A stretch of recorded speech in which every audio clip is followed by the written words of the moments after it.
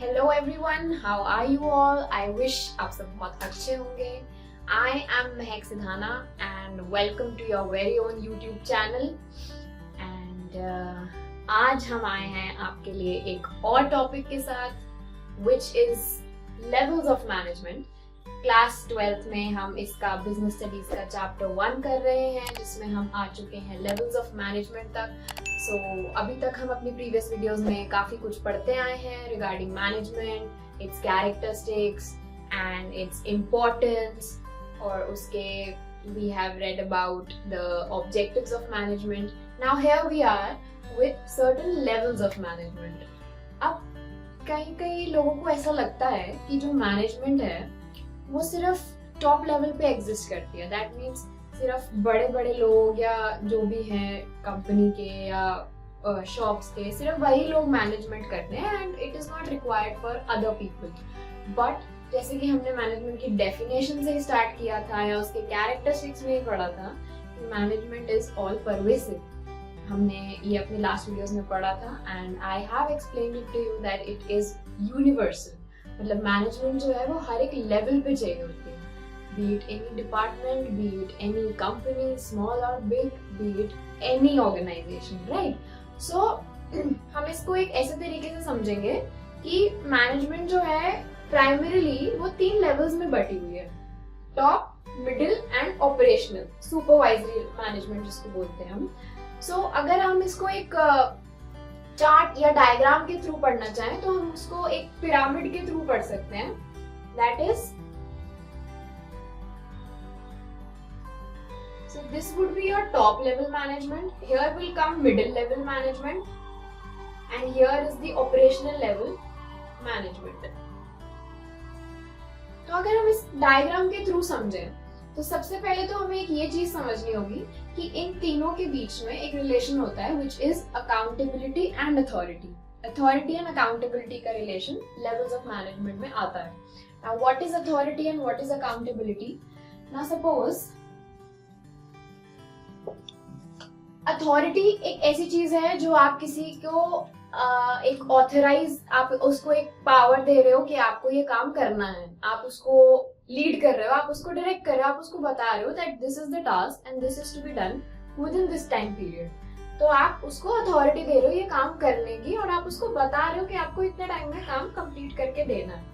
तो आप मुझे बताइए कि क्या एक लोअर लेवल का जो अगर लोअर लेवल मैनेजमेंट की बात करें तो क्या यहाँ से अथॉरिटी ऊपर जाएगी या ऊपर से अथॉरिटी नीचे आएगी? सो माय क्वेश्चन इज कि टॉप लेवल मैनेजमेंट ही लोअर लेवल मैनेजमेंट और ऑपरेशनल लेवल मैनेजमेंट को ये अथॉरिटी देगा कि this is the task and this is to be done in this much period of time.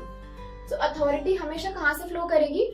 Top level of management से to the below level of management. तो अगर मैं एक हियरार्की बनाऊंगी या एक डायग्राम भी बनाऊंगी समझाने के लिए, so authority flows from top level to the very lower level, और वाइस वर्सा. अगर मैं अकाउंटेबिलिटी की बात करूंगी यहाँ पे,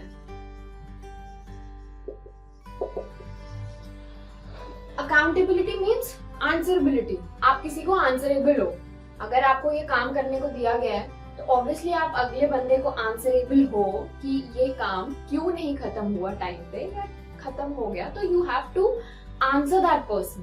सो अकाउंटेबिलिटी क्या होती है? It flows from the lower level, that is the operational और supervisory level, to the very top management level, right? So अगर यहाँ अगर डायग्राम में हमें लिखना हो तो हम इसको यहाँ से लिख सकते हैं that authority flows from top to bottom and accountability flows from bottom to top level of management.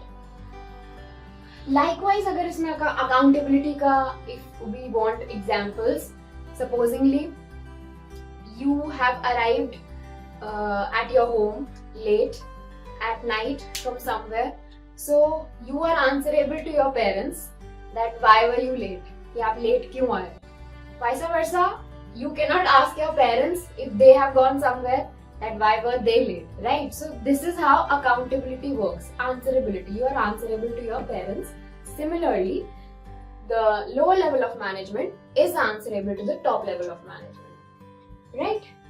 So अब हम बात कर लेते हैं इसकी जिस्ट में कि what all falls under these kind of management, कि टॉप लेवल मैनेजमेंट में who all are there in top level, who all are there in middle level and who all are there in the supervisory level.